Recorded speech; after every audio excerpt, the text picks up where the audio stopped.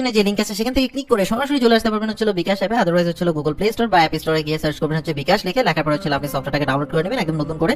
দেন হচ্ছে তাদের যে পারমিশন আছে সেগুলো অ্যালাউ করে দিবেন। করার পরে এখানের মধ্যে অপশন চলে আসবে, এখানে রেজিস্ট্রেশন ক্লিক করবেন। এখানে লগইন রেজিস্ট্রেশন, যদি আপনার নাম্বার আসলে বিকাশ অ্যাকাউন্টে না থাকে তাহলে রেজিস্ট্রেশনই হবে। সো এখানের মধ্যে আপনি আপনার যে নাম্বারে বিকাশ রেজিস্ট্রেশন করতে চাচ্ছেন সেটা ওকে করবেন। করার পরে কোন অপারেটর সেটা আপনি সিলেক্ট করে নেবেন এবং ডেফিনেটলি ওই সিমটা আপনার ফোনের মধ্যে ইনসার্ট থাকতে হবে, মানে হচ্ছে সিমটা লাগানো থাকতে হবে।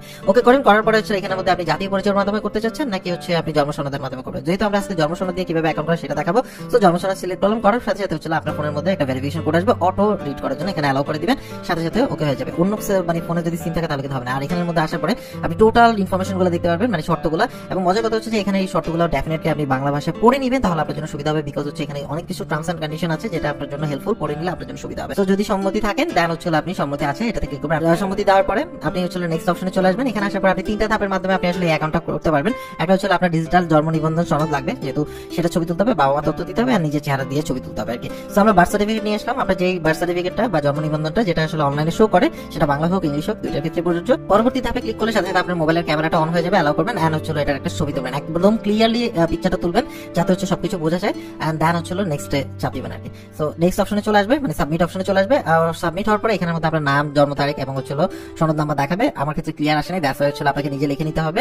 সো আর যদি বানান ভুল আসে সেটা আপনি ঠিক করে নেবেন, যেভাবে লেখা আছে ঠিক সেভাবে লিখবেন। জন্ম তারিখটাও ঠিক মতো দিবেন, যেটা আপনার অ্যাকুরেট জন্ম তারিখ সেটা দিবেন, এবং হচ্ছে জন্ম সনদে যদি কোনো নাম্বার ভুল থাকে সেটা রিচেক করে এটা ঠিক করে নেবেন। দেন হচ্ছে আপনি নেক্সট অপশনে চলে আসবেন। আসার পরে এখানের মধ্যে দেখতে পাচ্ছেন যে আপনি পুরুষ নারী কোনটা সেটা সিলেক্ট করে নেবেন। দেন হচ্ছে আপনার আয়ের উৎস কোথা থেকে, সেটা যদি মানে অভিভাবকের উপর নির্ভরশীল থাকে তাহলে সেটা সিলেক্ট করবেন, ব্যবসা থেকে, ফ্রিল্যান্সিং থেকে বা অন্য কোনো অপশন যদি থেকে থাকে সেটা আপনি সিলেক্ট করে নেবেন। ডেফিনেটলি আপনার রাইটটাই দিবেন, চেষ্টা করবেন আর কি। দেন হচ্ছে আনুমানিক মাসিক আয় কত, যেটা যত হবে সেটা আপনি এখানের মধ্যে অপশনগুলো দেখতে পাচ্ছেন, যেটা আপনার প্রয়োজন বা যেটা আপনি করেন সেটা আপনি ওকে করবেন।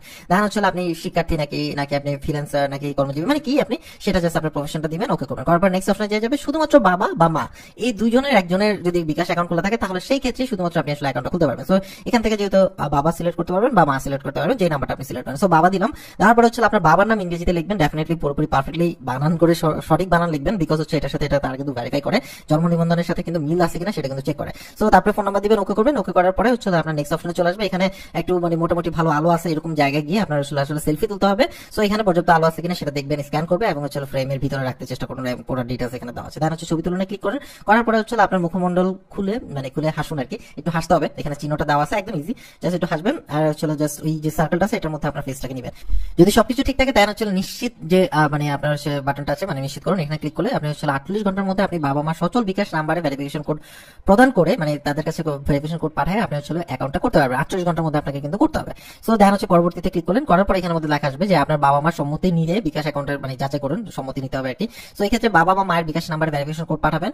দেন হচ্ছে অ্যাকাউন্ট খোলার জন্য বাবা মার স্থায়ী এবং বর্তমান ঠিকানা ব্যবহার করতে হবে ডেফিনেটলি। দেন হচ্ছে বাবা মার অ্যাকাউন্টের লেনদেন বিবরণী দেখতে পারবে বাবা মা, সেই ইনফরমেশনটা দেওয়া আছে এখানে। সো এই ইনফরমেশনগুলো আপনি জাস্ট পড়ে নেবেন। দেন হচ্ছে নেক্সট ক্লিক করার পরে আপনার বাবা বা মার ফোন নাম্বার যেটা দিচ্ছেন সেই নাম্বার একটা কোড যাবে, সেই কোডটা দেখে দেখে লিখে দেন হচ্ছে পরবর্তীতে ক্লিক করবেন, মানে নেক্সট ধাপে আর কি যাবেন আর কি। সো ওকে করার পরে এখানে দেখুন ধন্যবাদ, আপনার বাবা মা বিকাশ অ্যাকাউন্ট মানে বাবা বা মার যে বিকাশ অ্যাকাউন্ট আপনি ভেরিফাই করছেন ওটা সফলভাবে হয়েছে।